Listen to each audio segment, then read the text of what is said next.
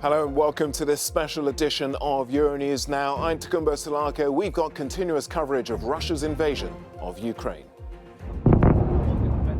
Several cities, including the capital Kyiv, have reported explosions and thousands of people are now seeking safety and shelter.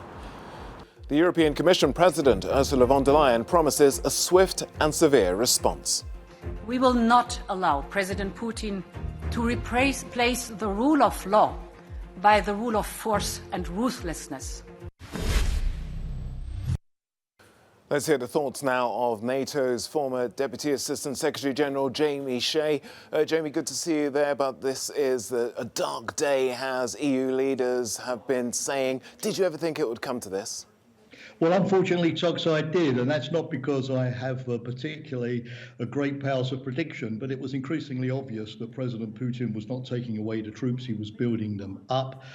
He could have drawn down the troops after the end of the exercises, particularly in Belarus on February the 20th, but when he didn't do that and made it clear that the troops were staying, and then, of course, increased the cyber attacks, increased all of the hostile propaganda and false narratives against Ukraine, I think it was pretty certain that he was going to not only have what he calls a special military operation in his parlance, but indeed the full-scale invasion that we're seeing at the moment. We've spoken extensively about the options NATO leaders can take right now. Diplomacy has been tried, and Vladimir Putin says he's still open for dialogue for peace. What are they going to be looking at now? What options are they going to be exploring?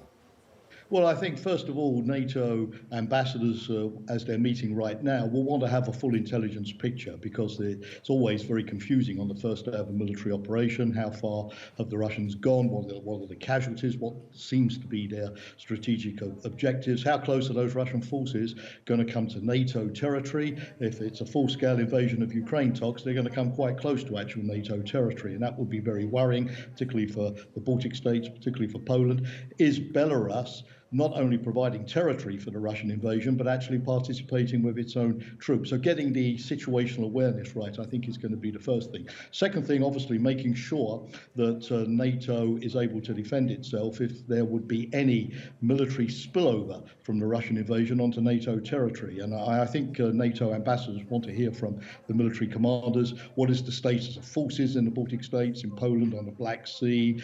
Have the reinforcements that have been promised arrived? What to do about the NATO response force, NATO's big strategic reserve of 40,000 troops? Is this the time to simply keep it in readiness, or is this the time to actually send it east to buttress those defences as well? Last week, NATO defence ministers met and agreed to set up 4 new multinational battalions in Romania and Bulgaria, Slovakia, in Eastern Europe, perhaps one in Hungary. So I think they'll want to speed up plans. So it's basically going to be about reconfirming Article 5, not only in words and deeds, that's the collective defence mechanism of NATO, and making sure that if we can't stop a Russian invasion of Ukraine, unfortunately, we can at least stop a Russian invasion of NATO.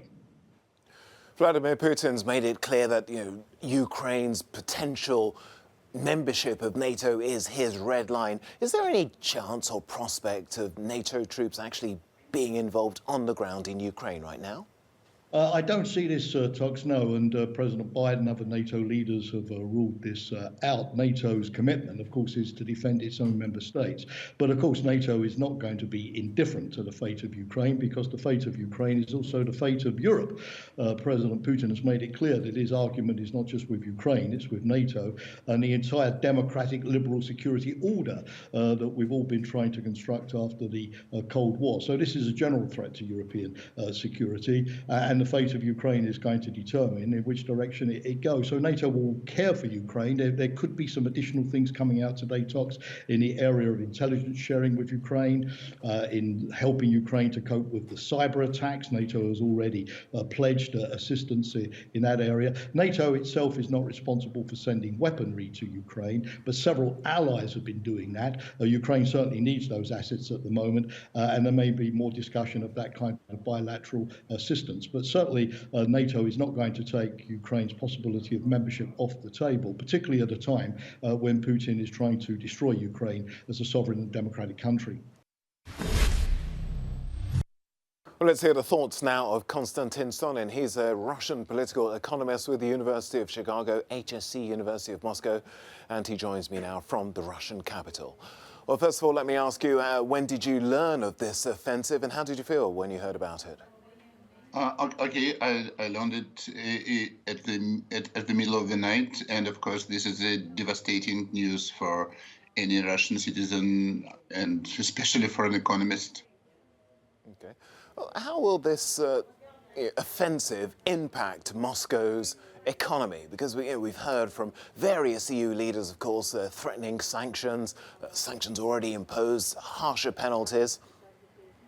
Okay, sanctions, they have, like the real sanctions, the debilitating sanctions, they have been promised, but they have not been yet applied. So this is just an expectation.